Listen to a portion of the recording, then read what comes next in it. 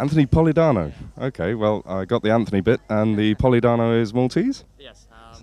My grandfather was born in Valletta and lived in Saliba till he was 6. So and moved to the United States, So which part of the States are you from?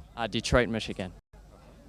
So obviously not the first time in Malta? No, it is first time actually. It's kind of a life trip we were saving up for the family and came here. It's pretty neat, pretty cool to see family history. Got a chance to see the church where our great grandparents were married 100 years ago. So That's fascinating, isn't it? Fantastic.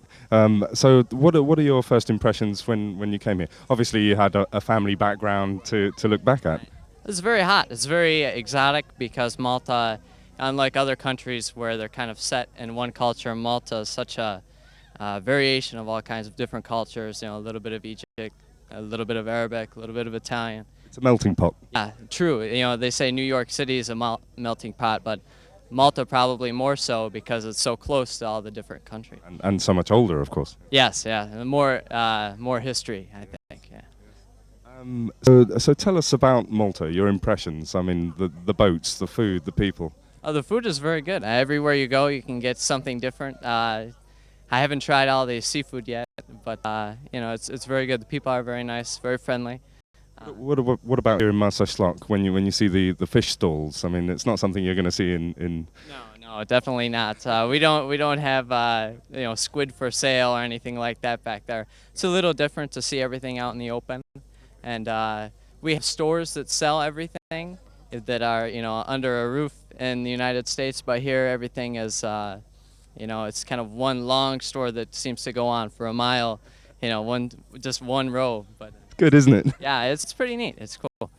So would you recommend it to friends and family back in Michigan? Oh, absolutely. You know, it's a great vacation place. It's beautiful at night.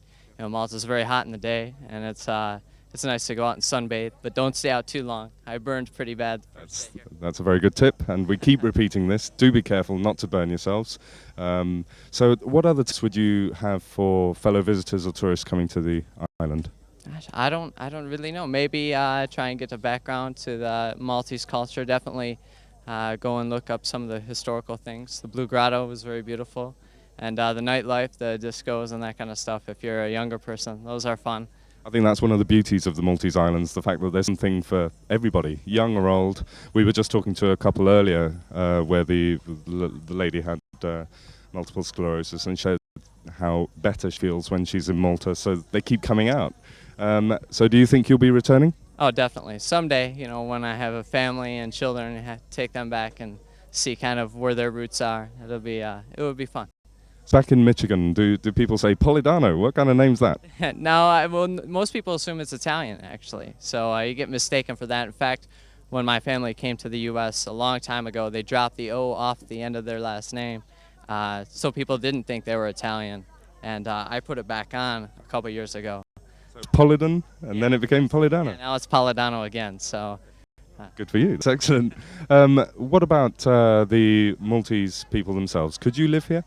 I think so. It would take a little getting used to. People tend to be maybe a little more shy here than in the United States. They're more aggressive and more open.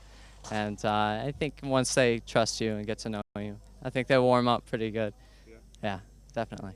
I think it depends on what side of the fence you're on. But how long are you out here for? 2 weeks. We're going to Gozo for a couple days, and then we come back.